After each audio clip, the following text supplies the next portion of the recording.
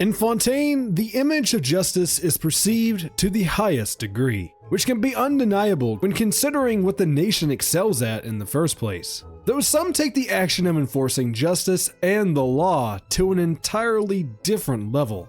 Hello everyone, I am Sakai Samurai, your guide in the vast world of Devat, and today we are checking out the harsh, yet effective image that the security of Fontaine has established, and how the new Chevrolet model that Boyo has just released has vastly different ideas and law enforcement than that of her peers. This video will hopefully establish everything that we will effectively need for our follow-up video on Chevreus's father as well, which will all be on its way shortly after this one, so keep a lookout this week. Anyways everyone, enough stalling, let's begin our lore dive. Children growing up in Fontaine are no strangers to learning right from wrong, with nursery rhymes and even building up a boogeyman-like image surrounding its concept, with parents warning their children even at a very young age that if they were to misbehave, that the patrol would come and take them away. That's like telling your 6-year-old that they would be seeing jail time if they didn't clean up their Lego set. Yeah, same energy. Some see this imagery as possibly going a little too far, and that the guardsmen of Fontaine should be perceived as heroes and even friends, rather than that of a vengeful hand sweeping in against criminals. That concept, however, is laughable to the patrol captain herself. What's wrong with that? Children should fear the law, so as they grow, they would learn to abide by the rules, and this concept would stick with them, as they would understand that there is no mercy for crooks, especially in the land of Fontaine. This way of thinking is arguably not too far from the truth, as while children know that while they are children, the guardsmen aren't going to be dragging them away anytime soon. However, as they grow older, most would be lying if they didn't feel at least some small amount of fear and discomfort as an officer approaches them. These fears can indeed be understandable, especially with the worries of facing something drastic such as being exiled of all things. Though, as mentioned earlier, some wish for the patrol to instead seek a softer looking image, and that while they do indeed have strict rules here in Fontaine, the actual purpose of the special security teams is actually far less sinister than what is being presented here. The true fate of the guardsmen is in its reality to uphold people's safety to the very best that they can. And for someone to be quote-unquote dragged off by the patrol, they would have had to seriously affected the security or the very lives of the inhabitants of Fontaine in the first place. Yet, if you were to ask a common man passing by on what their purpose would be, he would most likely start stuttering due to the fear of his own safety. Things need to change. The people need leaders. They need heroes.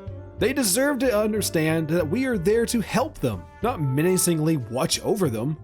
Well, these words rang deaf on Chevreus's ears. She has not only denied to change the propaganda or overall image of the guardsmen, but instead she has continued to enforce it in the way that she sees best fit. Not only that, but she has even denied providing the Steambird multiple times by now on providing a proper interview to better explain their purpose, with the interview's intentions being set to help the public learn and better understand the security team in the first place, so that then maybe people could rest a little easier when confronted by an officer next time. Though the hopes of an interview like this would be quickly shut down by Chevreuse without any hopes of a follow-up to come. She instead answers these requests by claiming the harsh reality of such a grim outlook, that their terrifying reputation could be enough to frighten a possible future troublemaker, that if they were instead flooded with fears of being taken away and confronted with the outcome of their criminal actions, then they had successfully already done their job, and that their quote-unquote infamous reputation would have been enough to frighten them away from experiencing the arrest themselves.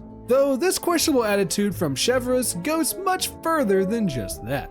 The Maison Gardiennage are sworn to uphold justice to the greatest extent that they can give, and that those who wish to enlist are subjected to intense background checking and mental evaluations to ensure that they are indeed fit for such an upstanding role. And yet, some raise an eyebrow as known felons and even serious past criminals will show up to these tests along with them, and are somehow courteously have been invited by none other than the patrol captain herself.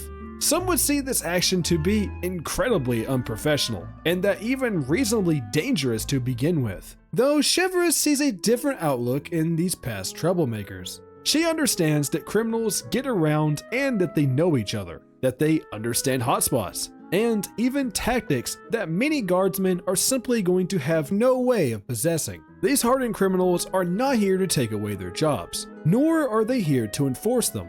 Instead, they are hired as quote-unquote special consultants to train these upcoming officers with street knowledge and key points to help them combat crime. Chevreuse simply isn't like that of any of her peers. As many will jump to protecting their dignity, Chevreuse instead sees that the upstanding value of dignity and respect of the guards themselves is ridiculous to consider in the first place, especially when it comes to providing safety to the actual lives of the people who live in Fontaine.